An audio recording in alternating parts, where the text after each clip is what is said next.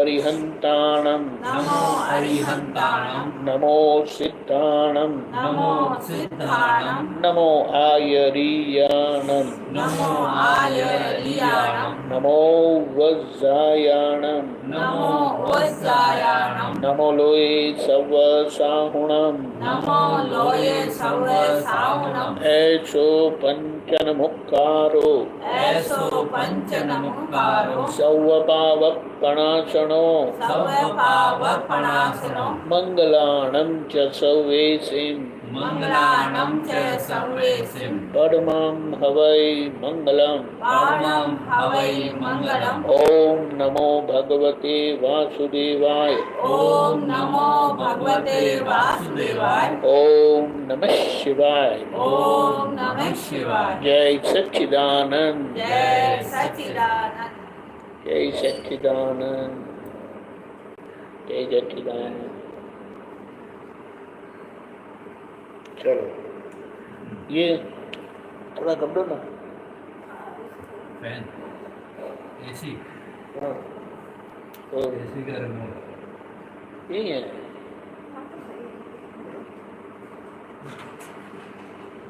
Doctor आपको पता होगा कहाँ देखा था मैंने।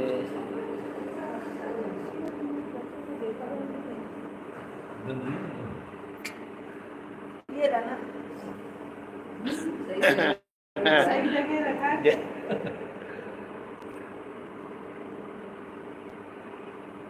हाँ पंखा कम करो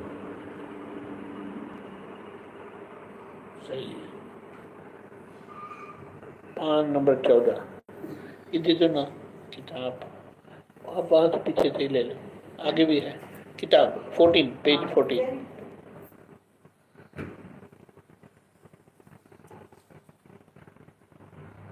कितने नंबर 14 14 नंबर आपको दे दो ना, उनको एक दे दो किताब। जरूरत नहीं है हिंदी होगा ना भी वो पढ़ते हैं ना, देखकर पढ़ते हैं तो थोड़ा उपयोग अच्छा रहता है इसीलिए। ठीक है गा गा के दादा गीत गा गा के दादा गीत निज पद को स्थिर करो निज पद को स्थिर करो तन मन जगमग कर दो तन मन जगमग कर दो स्वपद को अमर कर दो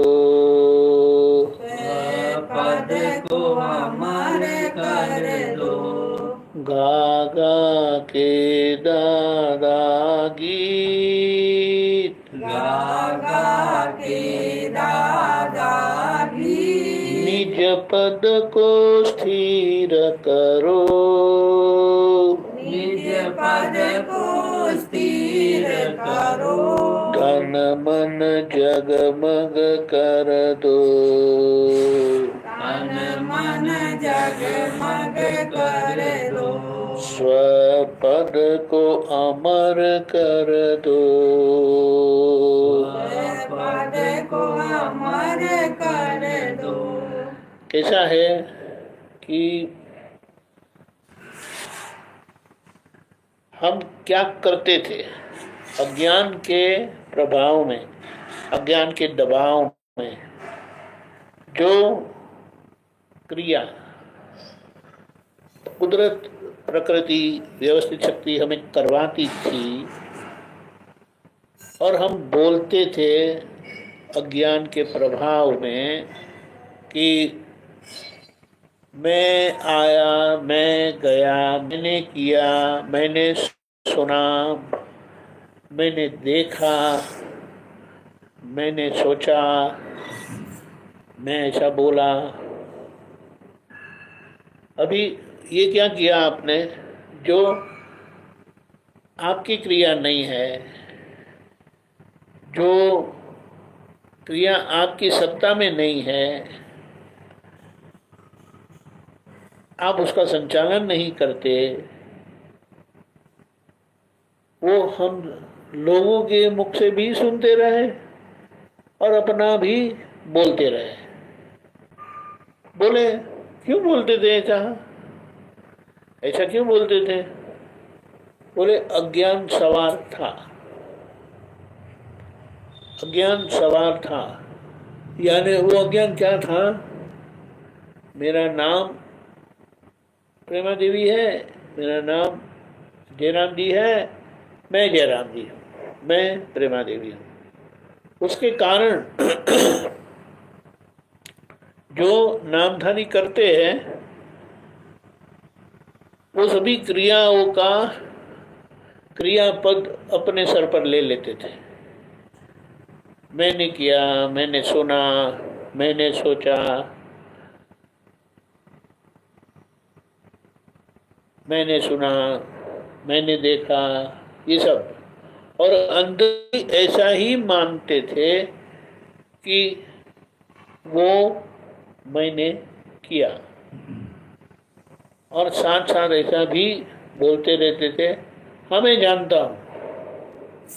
अभी इसका हमें थोड़ा ये पृथक्करण हिंदी वर्ड है, पृथक्करण, एनालिसिस करना। पृथक मतलब अलग अलग करना। हाँ हाँ पृथक्करण तो मतलब अलग अलग करना। हाँ हाँ, यानी पृथक्करण करना यानी एनालिसिस करना कि बात तो समझो, उसको समझो आप कि क्या क्या है। जो क्रिया नामधारी की है, जो क्रिया ये शरीर की है, वो हम करते हैं ऐसा बोलते रहते थे और ऐसा मानते भी थे। दो बातें हैं, एक बोलना होता है और एक मानना होता है। और साथ साथ हम ये भी कहते रहते थे कि हाँ मैं ये सब जानता हूँ। और यह क्रिया कि वो मैं करता हूँ, वो मैं जानता हूँ, यानी क्रिया करने वाला मैं हूँ ऐसा मैं जानता हूँ। समझ में आया? सुनने वाला मैं हूँ ऐसा मैं जानता हूँ, बोलने वाला मैं हूँ ऐसा मैं जानता हूँ। इसीलिए वो मैं मानता हूँ कि वो मैं बोला, वो मैं सुना, वो मैंने सोचा, वो मैंने किया। ख्याल में आया? बहुत ये एक तो गलती और सबको पक्का और करते हैं। अज्ञान तो है ही, और वो अज्ञान हमें ये करवाता है। इसीलिए क्या कहा, अब हम दादा का गीत गाएंगे। दादा का गीत यानी ज्ञान का गीत गाएंगे, ज्ञान के गुण गाएंगे कि ज्ञान क्या करता है। ज्ञान क्या करता है वो हम समझेंगे, वही मानेंगे, वही मानेंगे। तो मैंने किया बोलेंगे, क्योंकि व्यवहार में ऐसा ही बोला जाता है कि मैंने किया, मैंने सुना, मैंने बोला, सब ऐसा करते हैं। लेकिन जिनको ज्ञान नहीं है, जिनको दादा प्राप्त नहीं है, दादा का ज्ञान प्राप्त नहीं है, तो वो ऐसा बोलेंगे तो वैसा ही, और मानेंगे भी ऐसा कि मैंने किया, मैंने सुना, मैं बोला। और साथ साथ ये भी बोलते हैं कि ये मैं जानता हूँ। और वो क्या जानते हैं, यानी जानने का मतलब वो क्या मानते हैं कि मैंने किया, मैंने जाना, मैंने सुना। अभी इसके साथ एक प्रक्रिया बनती है, इसके साथ एक प्रक्रिया बनती है कि ये सब जो कुछ हमारे साथ होता है कर्म संयोग से, तो वो हमें आखिर का परिणाम भुगतान है, कोई भी संयोग का। और वो भुगतान में क्या होता है, यह मानना कि मुझे अच्छा नहीं लगा, ये बोलना कि मुझे अच्छा नहीं लगा, वो स्वाभाविक है। लेकिन ये मानना कि मुझे अच्छा नहीं लगा, उस परिणाम से उस भुगतान के भुगतने वाले हम बन जाते हैं। समझ में आया? भुगतने वाले हम बन जाते हैं, क्योंकि अच्छा बुरा लगना आत्मा का गुण नहीं है। यानी अच्छा बुरा लगना मेरा गुण नहीं है, मेरा गुण नहीं है। जैसे कोई और बोलते हैं कि मुझे अच्छा लगा या मुझे बुरा लगा, तो हम समझते हैं, यानी कि हम मानते हैं कि ये उनको अच्छा नहीं लगा, उनको अच्छा लगा। समझ में आया? वो ये एक इतनी छोटी बात है, इतनी गहरी बात है, और ये आपको पकड़ में आ गया ना, तो आप तब से और वहीं पर ही मुक्ति का एहसास करोगे, मुक्तता का अनुभव करोगे। जब कोई और बोलते हैं ऐसा, तो हम समझते हैं कि उनको ऐसा लगता है, कि उनको अच्छा लगा, उनको बुरा लगा। और जब हम बोलते हैं कि मुझे अच्छा लगा, मुझे बुरा लगा, तो वो अच्छा बुरा लगना स्वाभाविक है, क्योंकि वो कर्म का परिणाम है। और वो कर्म का परिणाम किसको लागू पड़ता है? नामधारी को लागू पड़ता है। तो हमें वहाँ समझ लेना चाहिए कि ये नामधारी को अच्छा नहीं लगा, नामधारी को अच्छा लगा, तो तुरंत उस भुगतान का जो भुगतना होता है वो नहीं होगा, और हम उसको जानेंगे कि ये नामधारी को अच्छा बुरा लगा अपना गुण नहीं है। हाँ अच्छा बुरा इनको लगा। तो इसके कारण अच्छा या बुरा लगना जो कर्म का परिणाम है, उस कर्म के परिणाम के कर्ता नहीं होते, हम कर्ता नहीं बनते, और उनके दृष्टा बनते हैं। क्योंकि मैंने जाना कि नामधारी को ये पसंद नहीं आया या नामधारी को ये पसंद आया, वहाँ दृष्टा भाव से हम देख लेते हैं कि ये नामधारी को अच्छा लगा, नामधारी को अच्छा नहीं लगा। जैसे कोई और बोलते हैं तो हम समझ देते हैं ना कि उनको अच्छा नहीं लगा, उनको अच्छा लगा। ये समझ से हम अलग रहते हैं, और असर में असर मुक्त रहते हैं। ऐसा क्यों कहते हैं असर में? क्योंकि असर होती है नामधारी को, अच्छे बुरे की असर नामधारी को अवश्य होती है, बिल्कुल होती है, लेकिन वो असर हमारे तक नहीं पहुंचती। हम जानने के स्वभाव में आ जाते हैं कि ये नामधारी को अच्छा नहीं लगा, नामधारी को अच्छा लगा। समझ में है?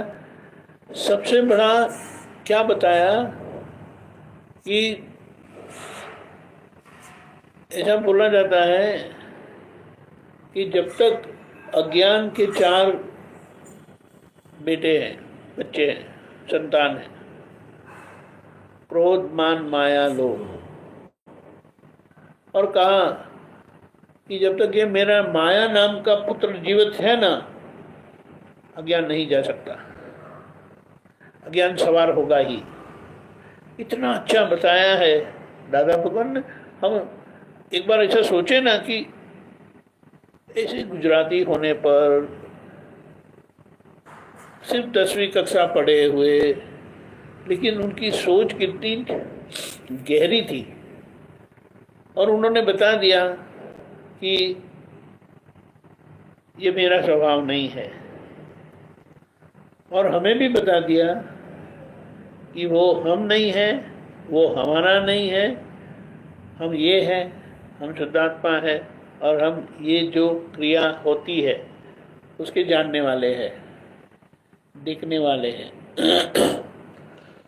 तो अब हमें समझ में आता है कि ज्ञान मिलने के बाद भी, मैं शुद्धात्मा हूँ होने के बाद भी, जब जब मुझे हुआ, मैं गया, मैं आया, मैं सोचा, मैं बोला, मैंने ये किया, मैंने वो किया, अगर उसके पीछे आपकी जागृति नहीं है,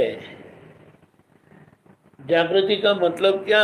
जब जागृति हाजिर रहती है तब उसे कहा जाता है कि आप लक्ष्य, जो ज्ञान मिला है उसका लक्ष्य आपको है। और जिनको ज्ञान नहीं है उनको ये लक्ष्य रहना मुश्किल है।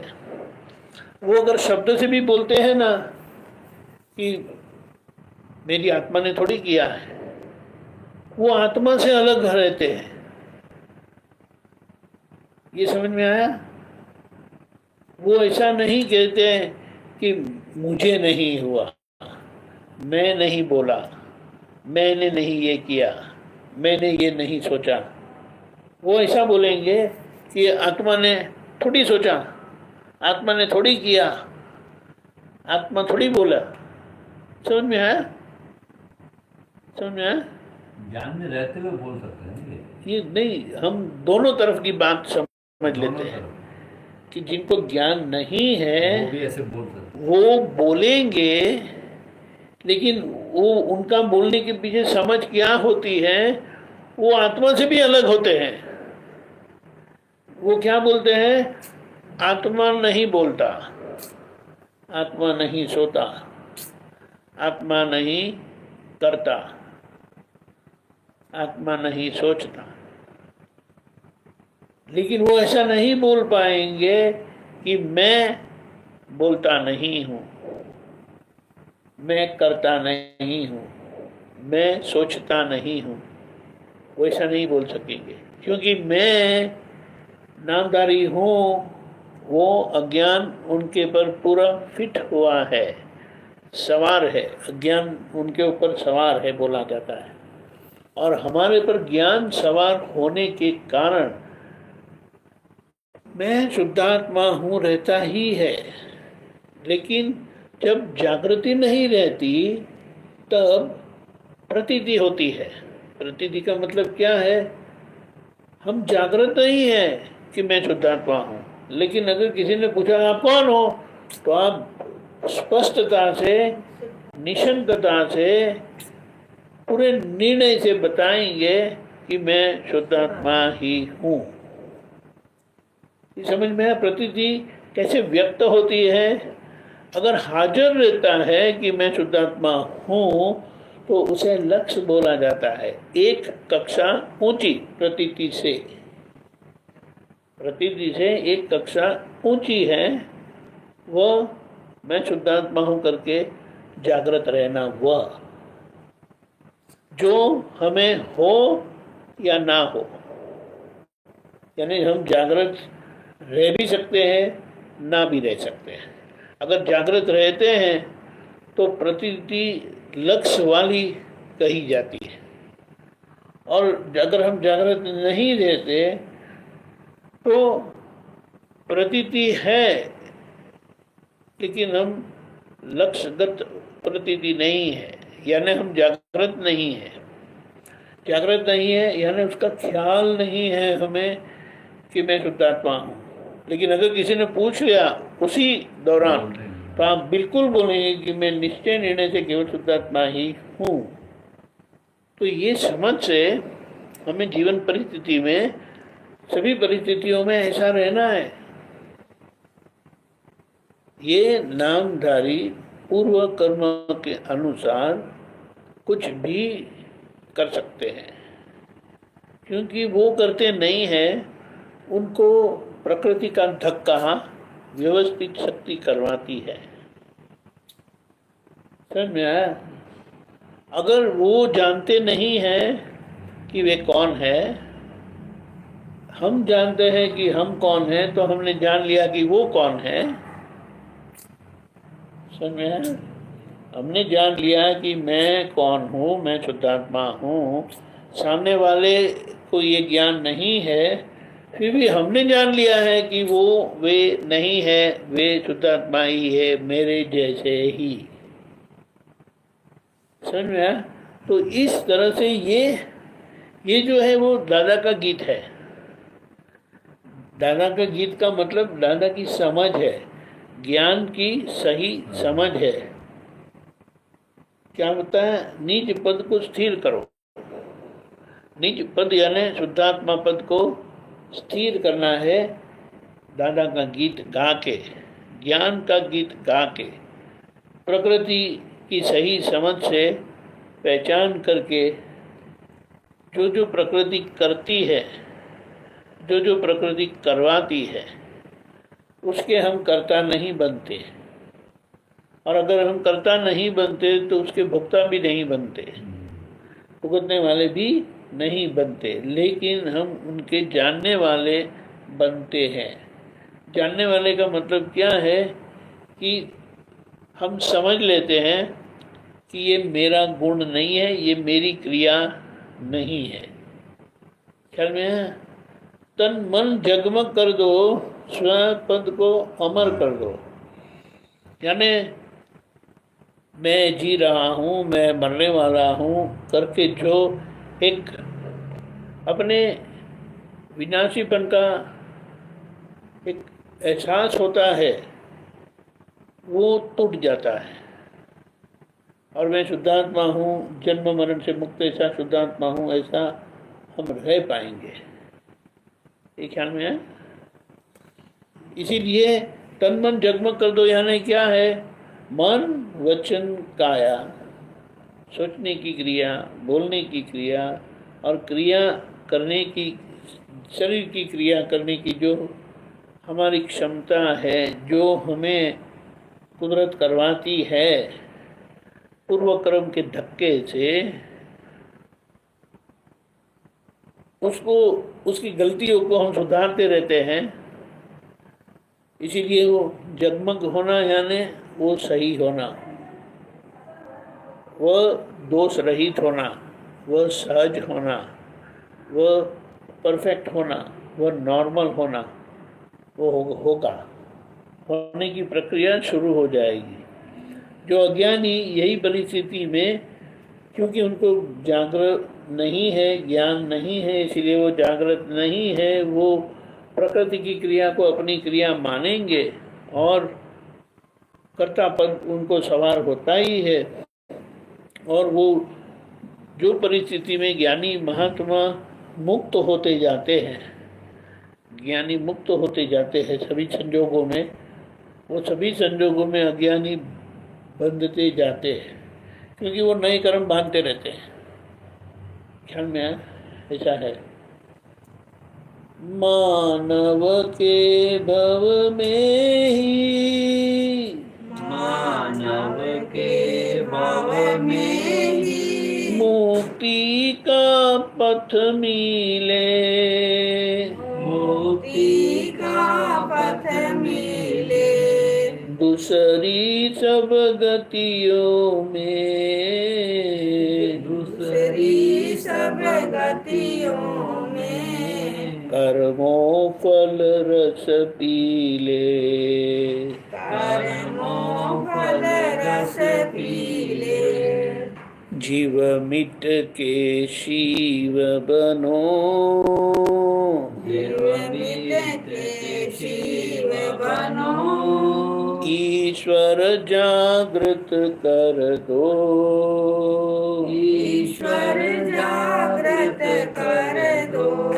मानव से देव बनो, मानव से देव बनो।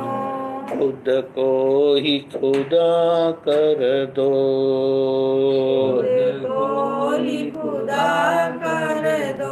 ये मनुष्य जीवन इतना महत्व का है कि जहाँ पर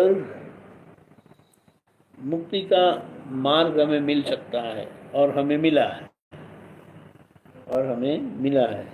और दूसरी सब गति है, यानी देव गति है, नरक गति है, और तिर्यंच यानी पशु पंछी वनस्पति, ये जो गति है उसमें केवल कर्मफल की भुगतान करना पड़ता है। इसीलिए कहा जीव भाव से मैं नामधारी हूँ करके है, और जीव से शिव बनो। अपने भीतर के ईश्वर, अपने ईश्वरी गुण को समझ लो कि ये शरीर मैं नहीं हूँ, शरीर की क्रिया मेरी नहीं है, शरीर के गुण मेरे नहीं हैं, और मैं शुद्धात्मा स्वरूप हूँ। तो जो जानते हैं कि मैं शुद्धात्मा हूँ, वो मनुष्य होने पर भी देव है। वे मनुष्य होने पर भी देव है ऐसा करके क्यों कहा? कहने के पीछे का कारण क्या है कि ऐसा ज्ञान मिलने से आर्त ध्यान, यानी खुद को पीड़ा देने वाला ज्ञान, या रौद्र ध्यान, दूसरों को पीड़ा देने वाला ध्यान और प्रवृत्ति, उसके साथ जुड़ी हुई प्रवृत्ति बंद हो जाती है। यानी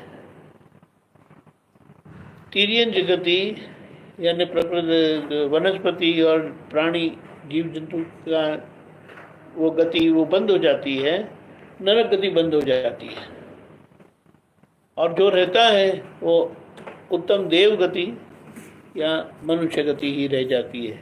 तो ये कारण में अभी वे नए कर्म नहीं बांधते, और जो बांध सकते हैं या बांधते हैं वो देव गति में जाएंगे या उत्तम मनुष्य गति में जाएंगे। खुद को ही खुदा कर लो, यानी खुद को जो जानते हैं मैं कौन हूँ, वो खुदा है। बोलो। जीवन का मूल है तू, जीवन का मूल है तू, स्वगुण प्रोडक्टिवली, सगुण प्रोडक्टिवली, सब संसारी सुविधा, सब संसारी सुविधा, बाय प्रोडक्शन की गिफ्ट, बाय प्रोडक्शन की गिफ्ट, जग कल्पित भ्रांति है, जग कल्पित भ्रांति है, रिलेटिव इफेक्ट अभ्यास, रिलेटिव इफेक्ट अभ्यास, सुख आत्मा का गुण है, सुख आत्मा का गुण है, बुद्धगल डिसमिस कर दो, उद्गल डिसमिस कर दो। ये मनुष्य जीवन का मूल हेतु क्या है? स्वगुण, यानी आत्मा के गुण, प्रोडक्टिव लिफ्ट, यानी उसका प्रोडक्शन करना है, उस गुणों को प्रकट करना है, उस गुणों को का अनुभव करना है, और सब संसारी सुविधा, यानी बाहरी सुख सुविधा, और सुविधा बोलते हैं तो उसके साथ साथ जीवन में आती कठिनाई या मुश्किलियाँ भी इसमें शामिल हो जाती है। वो बाय प्रोडक्शन की गिफ्ट है। यानी मूल क्या लक्ष्य रखना है मनुष्य जीवन का कि हमें आत्मा के गुणों को खोलना है, प्रकट करना है, बढ़ाना है। तो उसका परिणाम क्या होता है? संसार की सुविधा अपने आप मिलेगी, यानी संसार फल अपने आप मिलेगा। और जो संसार फल के पीछे गए तो वो आत्मा का फल या आत्मा के गुण प्रकट नहीं कर पाते।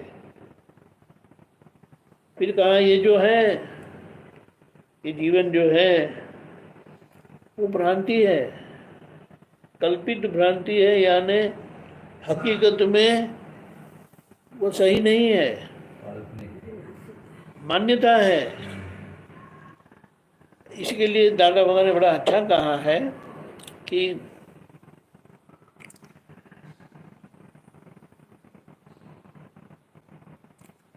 हम सोए हुए हैं और सपना आता है, और सपने में बहुत कुछ अच्छा होता है, बहुत कुछ बुरा होता है, और अच्छे में बहुत खुश भी होते हैं और बुरे में बड़े परेशान भी होते हैं।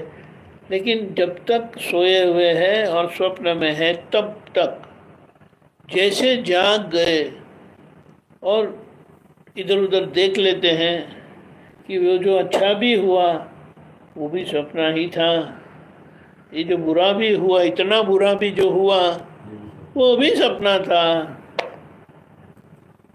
तो उसकी असर यानी अच्छा हुआ उससे उसका गर्व नहीं करते या उसकी खुशी नहीं होती, और जो बहुत बुरा भी हुआ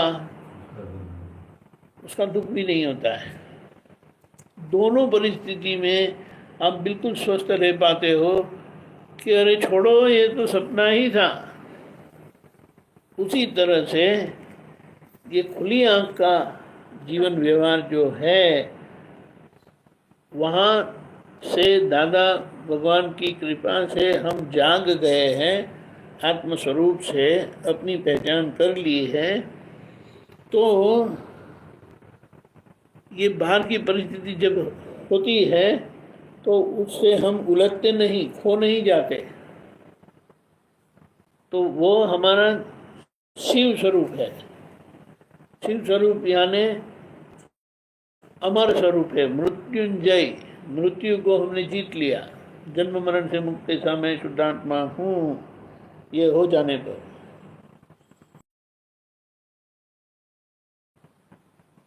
ये जो परिस्थिति अच्छा लगता है, बुरा लगता है, तो उसका शिव तीसरे नेत्र से देखने से, समझने से हम जागते रहते हैं खुली आंख के जीवन के संजोगों में भी, कि जहाँ बहुत बहुत अच्छा भी होता है और बहुत बहुत बुरा भी होता है। किसी ने कुछ कह दिया तो मुझे थोड़ी जानते हैं वो तो ये नामधारी को कहा, और नामधारी को क्यों कहा, तो उनके पूर्व कर्म का परिणाम से ही हुआ है, और ये कर्म उनका नहीं है। वो कर्म करने वाले तो कर्म करके चले गए, और लेकिन इसमें रह गया, तो ये भुगतता है। तो हम उनके साथ है, हम उनके साथ है, और हम उनके साथ है ऐसा हम उनको एहसास भी करवाते हैं कि मैं आपके साथ हूँ, आप डरो नहीं।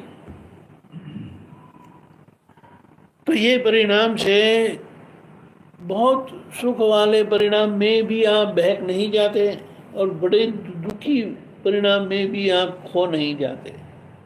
दोनों परिस्थिति में आप बिल्कुल जागृत रहते हैं। और ये दोनों परिस्थिति में हम सुखी या परमानंद में रहते हैं, क्योंकि वो आत्मा का गुण है, वो मेरा गुण है। पुद्गल डिसमिस कर दो, यानी पुद्गल मिट कि उसमें जो भरा हुआ मसाला था अब वो फल देकर खाली हो गया। और जितना अपने शुद्धात्मा दृष्टि से वो खाली होते हुए देखा तो उतना वो खाली हो जाता है। इतना ही करना है। इसीलिए अब हमारे पास क्या बचा है या क्या रहा है, दादा का गीत गाओ और दादा होते जाओ। स्वपथ को स्थिर करो। आगे क्या बोलते हैं?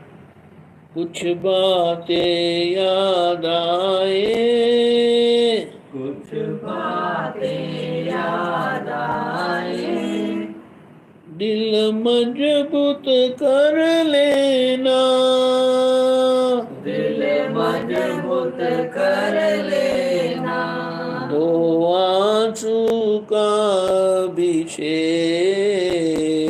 दो आंसू। परिस्थितियों में जब हमें पता चलता है कि कुछ गलत हो गया, पूर्व कर्म के धक्के से कुछ गलत हो गया, तो बोले उसका पश्चाताप कर लो, क्योंकि गलत होने से सामने वाले को दुख होगा।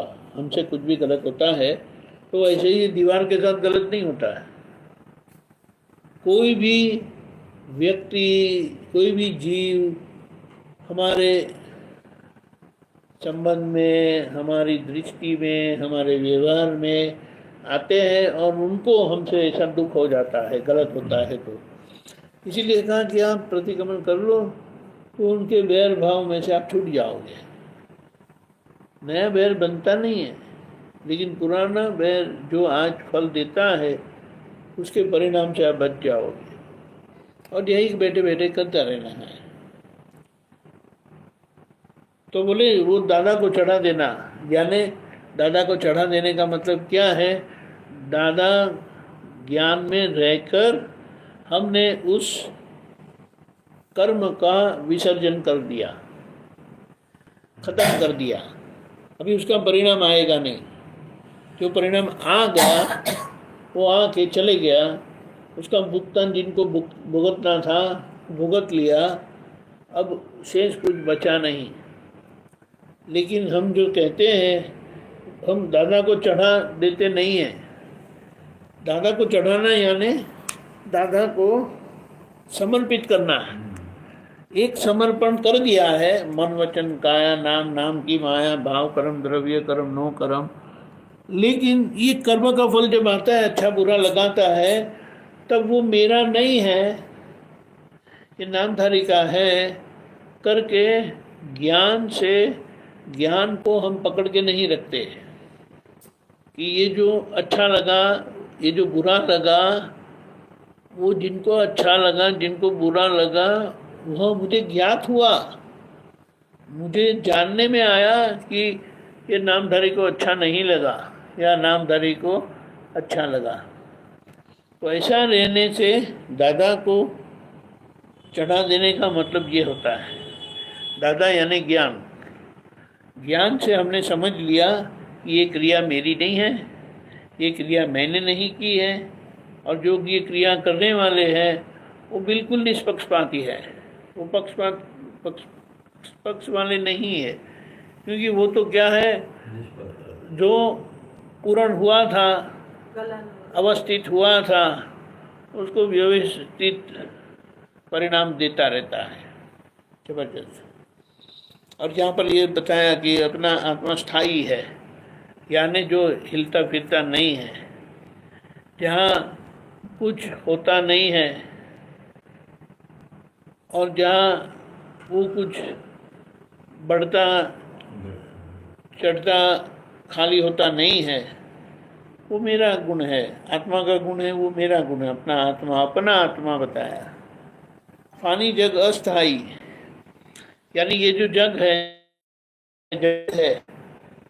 वो मिट जाता है, खाली होता जाता है, और वह अस्थाई है, यानी वो खाली होता जाता है, बदलता जाता है।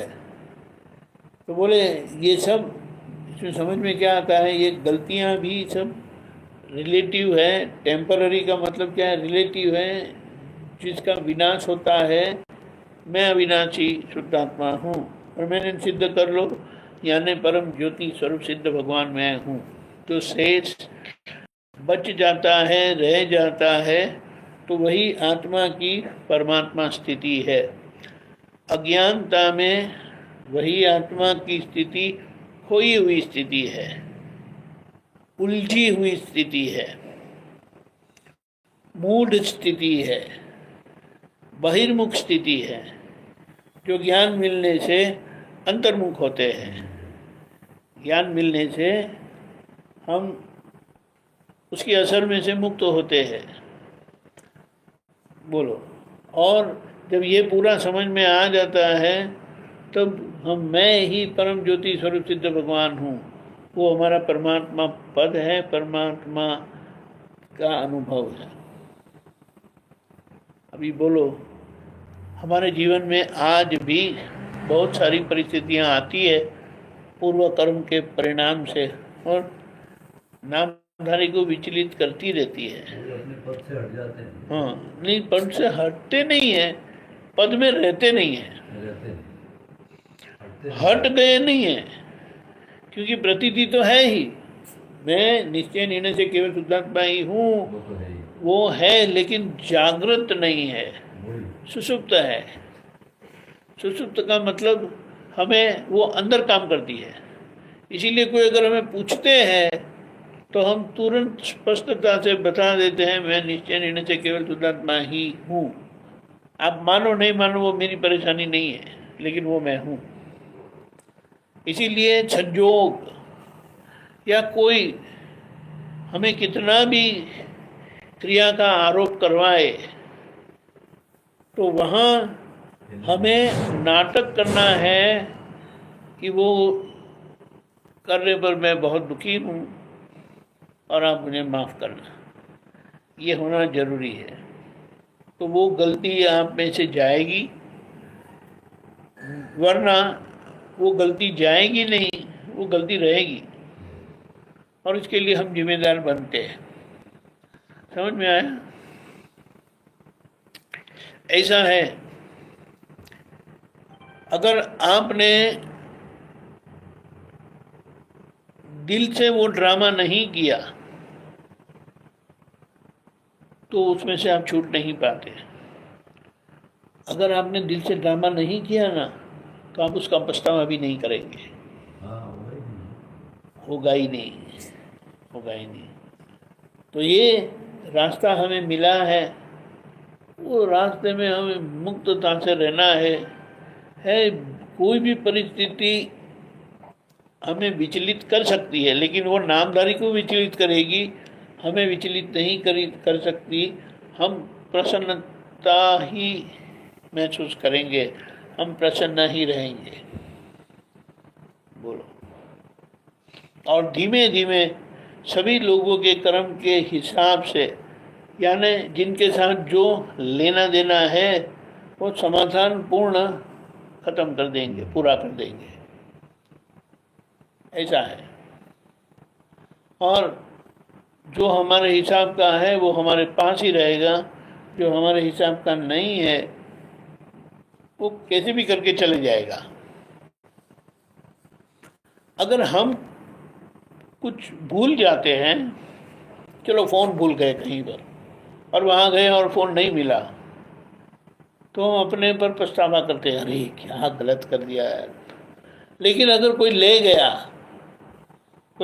करके कि ट्रेन में से उतरे, बस में से उतरे और पता चला कि फ़ोन चले गया, तो उनको गाली देते हैं। लेकिन जैसे खुद कहीं भूल जाते हैं तो अपने को कोसते हैं कि अरे यार ये मैंने क्या कर दिया करके। ऐसा है। तो ये समझ से हम स्थिर होते जाते हैं।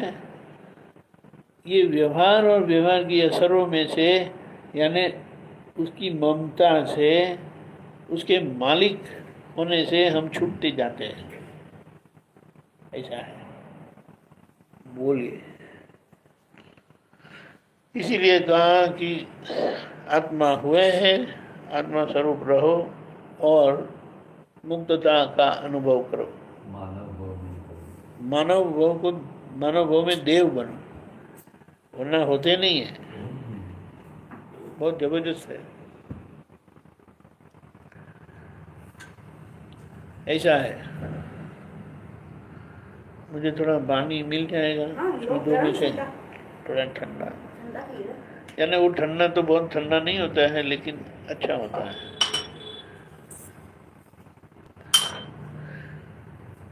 थोड़ा डाल दो ना अंदर। हाँ, साहब बोल रहे थे ये सब मामूली गिलास लगता है ना। हाँ नहीं दे दो उतना ज़्यादा गर्म ठंडा नहीं चाहिए। नहीं ज़्यादा ठंडा नहीं चाहिए। नहीं ज़्यादा ठंडा वो डॉक्टर ना बोलते हैं, ठंडा नहीं पीने का। आप बोलते हैं कि एक गिलास की कीमत 10 से 11,000 रुपया है। यही दिखता है। नहीं वो अलग बात है, दिखता है वो अलग बात है, लेकिन ये समझना ये ऐसा एक मामूली गिलास 10,000 का, क्या बात करते हैं आप, क्या बात करते हैं। 1 लाख रुपये का किलो है।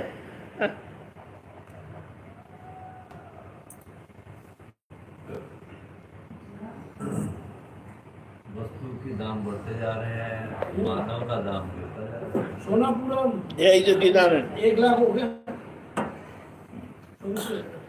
क्या करना है पापा? इनको सबसे ज्यादा क्यों रहता है पता ही नहीं। कह रहे आपको करना क्या है ना। वो कह के ऐसा बताना चाहते हैं कि आपके पास जितना भी सोना है उसको संभाल के रखो।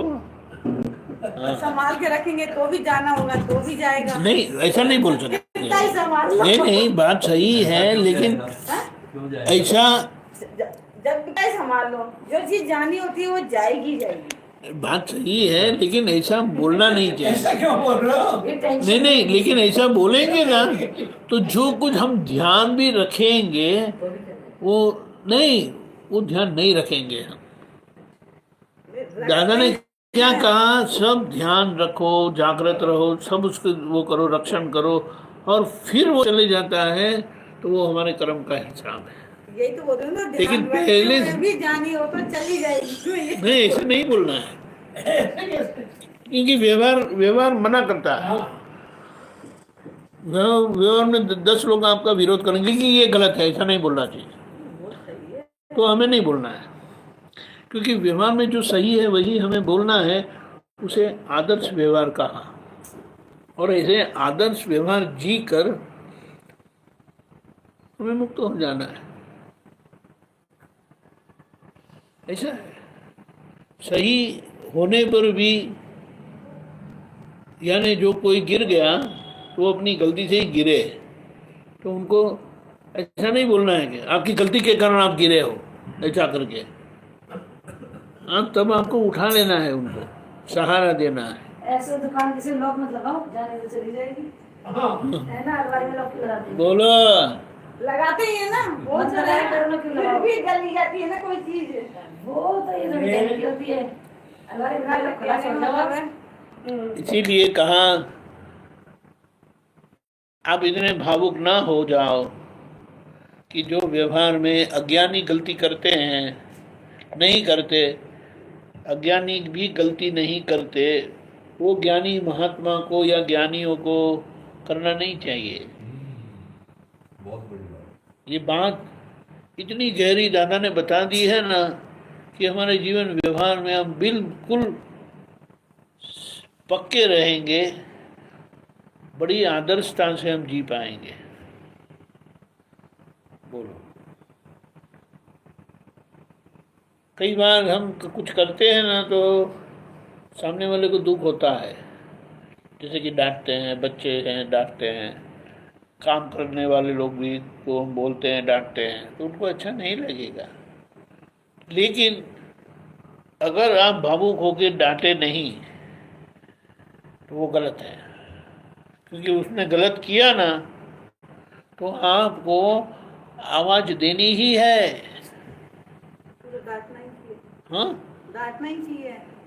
यानी जो योग्य है ऐसा आपको बोलना ही है, बोलना ही है। नहीं तो कल क्या बोलेगा, अगर वो बच्चा बड़ा हो गया, बड़ी हो गई बेटी, तो वो क्या बोलेगी, मैंने गलत किया, चलो मान लिया, आपने मुझे डांटा क्यों नहीं, क्यों नहीं जाना? आपने मुझे रोका क्यों नहीं, नहीं बेटे ये, नहीं बेटे वो, नहीं बेटी ये, नहीं बेटी वो, तो चलेगा नहीं तब।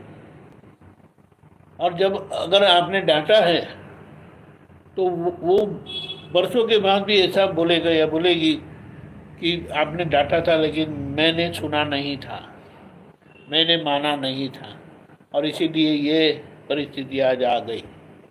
बोलो, प्रकृति में, कुदरत में हमारी ऐसी गलती न जाए, उतना जागृत रहना है। और ये जागृति के साथ हम रहेंगे तो बाहर आदर्श व्यवहार का मतलब है योग्य व्यवहार होगा, और अंदर आप ज्ञान में स्थिर होते जाएंगे। ये दोनों जरूरी है। इसलिए क्या कहा, ये ज्ञान के परिणाम से बाहर योग्य व्यवहार होने से धर्म ध्यान का फल मिलता है, और अंदर ज्ञान में रहने से शुक्ल ध्यान का फल मिलता है। और अगर अंदर जागृत हो लेकिन बाहर धर्म ध्यान नहीं है, यानी व्यवहार में जो जरूरी है ऐसा आप नहीं रहते, तो आपका शुक्ल ध्यान सिद्ध नहीं होता, प्रमाणित नहीं होता। व्यवहार के आदर्शता से ही, बाहर के व्यवहार की आदर्शता ही से ही भीतर की ज्ञान दशा प्रमाणित होती है। बोलो क्या कहते हैं आपके कृष्ण भगवान? वो दिखा वहाँ दुकान में कृष्ण भगवान को रखा है, अच्छे से सजा के रखा है। हम गए उनकी दुकान में,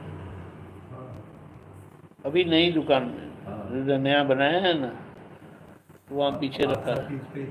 हाँ हाँ हाँ, अकादमी भी हुआ। अकाउंट सेक्शन के पीछे कृष्ण भगवान को रखा है। हाँ, गोविंद देव जी की तस्वीर है, गोविंद देव जी की तस्वीर है वो। हाँ उनको दे रखा है। हाँ, उनको सौंप के रखा है कि आप मेरे डेबिट क्रेडिट। हाँ सब संभालना, ऐसा करके। वो डिजाइन उन्होंने किया है, सारा डिजाइन इसी का। उनका है। बोलो है ना। वे तो वहाँ थे तब, जर्मनी में थे डॉक्टर अच्छा साहब। किया। बोलो नहीं, यानी उसी तरह से हमें जीवन व्यवहार व्यतीत करना है बस। और आज ऐसा है कि ऐसा व्यतीत नहीं कर पाओगे, क्योंकि सब कमजोरी है। वो क्या बोले, ठूस ठूस कर भरी है, ऐसा बोलते हैं ना, कूट कूट कर भरी है, ठूस ठूस के नहीं, कूट कूट कर भरी है कमजोरियां। तो वो हम समझ सकते हैं कि यहाँ भावुक हुए, भावुक रहे, आदर्श व्यवहार हुआ नहीं, प्रतिक्रमण कर लो, ये हमारे हाथ में है। तो आदर्शता बनी नहीं या आदर्शता रही नहीं, लेकिन आपने वो आदर्श व्यवहार न होने पर आपने प्रतिक्रमण किया, और कैसी आदर्शता होनी चाहिए वो पक्का किया, तय किया कि नहीं ऐसा ही होना चाहिए। कुदरत ने आपको छोड़ दिया। बोलो, क्योंकि आपका निश्चय किस दिशा में है, किस पक्ष में है, वही देखा जाता है। और आपने माफी मांगकर आप पक्ष स्पष्ट कर दिया कि हम ये गलती के पक्ष में नहीं है, हम ये सही के पक्ष में ही है, लेकिन आज नहीं हो पाया, उसकी हम क्षमा चाहते, दोबारा ऐसा नहीं करेंगे।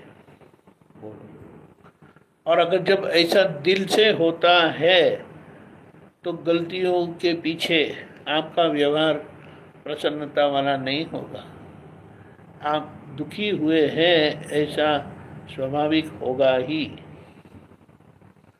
ये कोर्ट वाले भी क्या बोलते हैं, इन्होंने गलती की, चलो मान लिया, लेकिन इनको अपनी गलती का एहसास ही नहीं है, कुछ दुख नहीं है, इसीलिए उनको कड़क से कड़क सजा होनी चाहिए, ताकि उनको एहसास हो कि उन्होंने क्या गलत किया है। बोलो, और जो पछतावा करते हैं, ऐसा करते हैं, तो उनकी सजा को कम भी कर देते हैं कि उनके पछतावा को देख के उनको ये सजा वैसे तो 10 साल की है, लेकिन 8 साल की करते हैं। और उनका जीवन व्यवहार देखते हैं तो कई बार 5 साल में, 6 साल में उनको मुक्त भी कर देते हैं। बोलो, यानी मानव समाज भी समझ सकता है, तो कुदरत तो अच्छी समझेगी ना। पिछली गलतियों का भी यही प्रतिक्रमण ही करो। क्योंकि वो गलती हाँ, बस कर्म के हुई फल तो थी, हुई है जब ही फल, और आज वो दोहराती है, यानी वो हो रही है, पूर्व कर्म के कारण आज वो परिणाम देती है। आप जब उसको सुधार लो, आज का काम आपने कर दिया, पहले जो गलती हुई थी उसको हम बदल नहीं सकते, लेकिन आज जो परिणाम, उसका परिणाम आता है, उसको हम मिटा सकते हैं। तो इस तरह से पुद्गल मिटता जाएगा, खाली होता जाएगा, और प्रकृति के क्रियापद से आप मुक्त होते जाओगे, उतना ज्ञान प्रकट होगा, और आखिर में वो केवल ज्ञान हो जाएगा। बोलो, इतनी स्पष्टता दादा ने की है ना, दिमाग काम नहीं करता है। हमें तो केवल बोले दादा का गीत गाओ और निज पद को स्थिर करो कि उन्होंने जो कहा है उसको रटते रहो तो उनके जैसे हो जाओगे। क्योंकि जो गलत हुआ है ना वो गलत रटने से हुआ है, तो आप जो सही है वो सही रटते रहो तो आप ऐसे हो ही जाओगे। करना कुछ नहीं है। गलती को आधार दिया था इसलिए गलती बड़ी हो गई। अब गलती की माफ़ी मांग कर उसका पूरा आधार निकाल दो तो वो टूट पड़ेगी, गिर जाएगी, खाली हो जाएगी। बोलिए। आज क्लास 1 घंटे का है, ये तो 15 मिनट ऊपर हो गया। बोलिए। हाँ शुरू से 6:15 ही हुआ था। हाँ 1 घंटा हो गया। हुआ ही नहीं। हाँ अपना 1 घंटे का हो गया। अब बोलो थोड़ा। नहीं, भाव के ऊपर कुछ देखो, पहले बात समझना है। भाव भाव कर्म से जुड़ा होता है, क्योंकि भाव से अज्ञान के साथ वो भाव कर्म बन जाता है। भाव ज्ञान होने के बाद वो केवल इच्छा स्वरूप रह जाता है। समझ में आया? इच्छा स्वरूप का मतलब क्या है कि वो कर्म का कारण नहीं बनता, लेकिन आपकी इच्छा है। समझ में आया? इच्छा का मतलब ऐसा आप करना चाहते हो। करना चाहते हो का मतलब क्या है कि उसके कारण अंदर पड़े हैं, बीज अंदर है, लेकिन वो बीज को सही वातावरण या संजोग या निमित्त मिलता नहीं है, जिसके कारण वो परिणाम नहीं दे रहा है। जब ज्ञान नहीं है तो वही भाव अज्ञान के आधार पर नया कर्म बनाता है, बांधता है। ये समझ में आया? भाव इस- स्वतंत्र हुआ, निश्चित हुआ। हाँ, भाव स्वभाव निश्चय हुआ। स्वभाव। इसीलिए क्योंकि भाव के साथ अभाव जुड़ा हुआ है।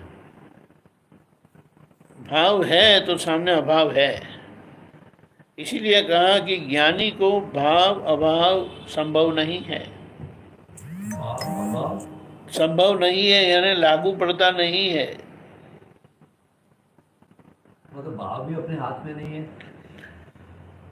इसीलिए कहा कि भाव अभाव ज्ञानी को संभव नहीं है और उनको लागू पड़ता नहीं है। ये भाव अभाव वो पहले के कर्म का परिणाम है। कहते हैं ना, भाव बिगड़ गया तो फिर भाव बिगड़ जाता है। वो बताने का कारण यह है कि जिनके पास ये ज्ञान नहीं है उनको अपने भाव पर जागृत रहना है। क्योंकि अगर वो भाव पर जागृत नहीं हुए तो उनके अज्ञान के कारण उस भाव के अनुसार नया जन्म बन ही जाएगा। समझ में आया?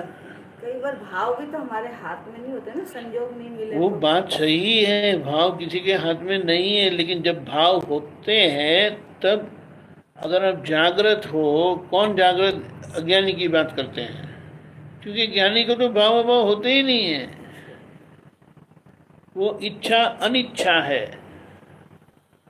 ख्याल में आया? भाव भाव कर्म से जुड़ा है। बोला नहीं, भाव इच्छा स्वरूप है। हाँ, ज्ञानी महात्माओं को भाव इच्छा स्वरूप है। ख्याल में आया?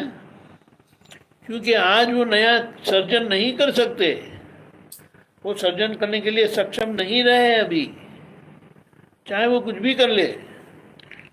अगर कुछ बहुत गलत कर दिया तो उसका परिणाम ये मानव समाज उनको दे देगा। ख्याल में आया? अगर किसी ने गलत किया ठीक है। तो गलत करने के पीछे उनका गलत करने का भाव भी होता है। ज्ञान नहीं है उनको वो जब गलत करते हैं तो गलत करने का भाव भी उनका पीछे होता है।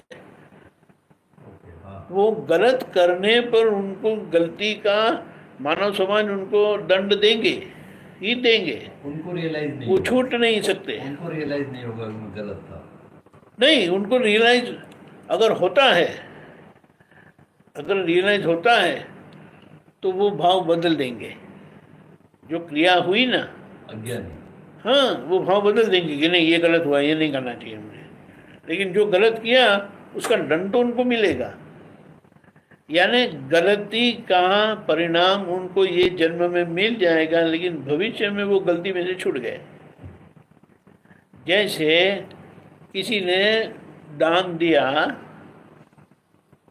10 लाख रुपए का दान दे दिया, तो उनकी प्रशंसा होगी, बहुमान होगा, आदर सत्कार होगा, तो यहाँ उसका फल मिल जाएगा। मानव समाज उन्होंने जो अच्छा किया तो वो उनका फल उनको दे देंगे। लेकिन अगर अंदर भाव में ऐसा किया कि मैं तो एक भी कौड़ी नहीं देता, अगर ऐसा होता है ओके।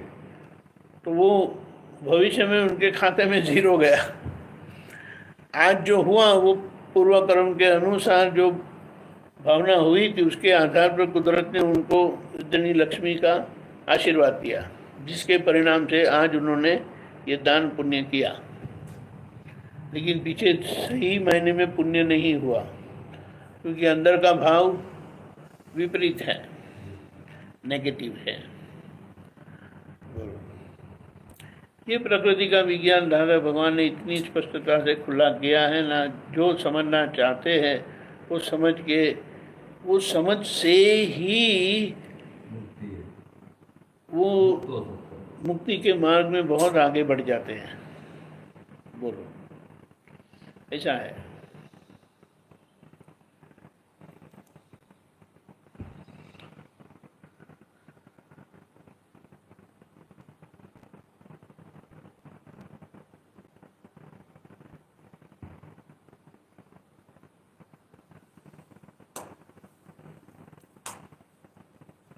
दादा भगवान ना असीम जय जयकार हो।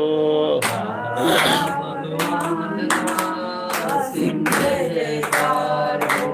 दादा भगवान ना असीम जय जयकार हो। दादा भगवान ना सिंह जयकार हो। दादा भगवान ना असीम जय जयकार हो। भगवान ना सिंह जयकार हो। दादा भगवान ना असीम जय जयकार हो। दादा भगवान ना असीम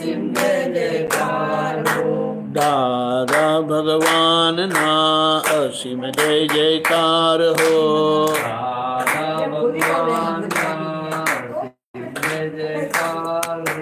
दादा भगवान ना असीम जय जयकार हो। दादा भगवान ना सिंह जयकार हो। दादा भगवान ना असीम जय जयकार हो। दादा भगवान ना सिंह जयकार हो। दादा भगवान ना असीम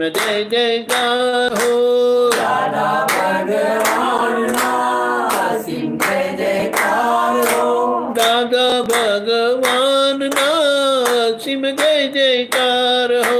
दादा भगवान ना सिंह जयकार हो। दादा भगवान ना असीम जय जयकार हो।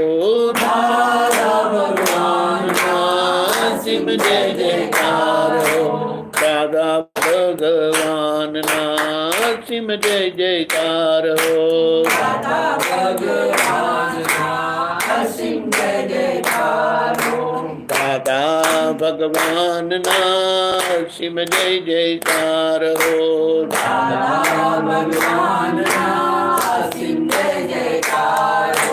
दादा भगवान ना असीम जय जयकार हो। दादा भगवान ना सिंह जयकार हो। दादा ભગવાન ના અસીમ જય જયકાર હો દાદા ભગવાન ના અસીમ જય જયકાર હો દાદા ભગવાન ના અસીમ જય જયકાર હો દાદા ભગવાન ના અસીમ જય જયકાર હો ઓ દાદા ભગવાન ના અસીમ જય જયકાર હો દાદા ભગવાન ના અસીમ જય જયકાર હો દાદા ભગવાન ના અસીમ જય જયકાર હો દાદા ભગવાન ના અસીમ જય જયકાર હો દાદા ભગવાન ના અસીમ જય જયકાર હો દાદા ભગવાન ના અસીમ જય જયકાર હો જય સચ્ચિદાનંદ જય જય જય સચ્ચિદાનંદ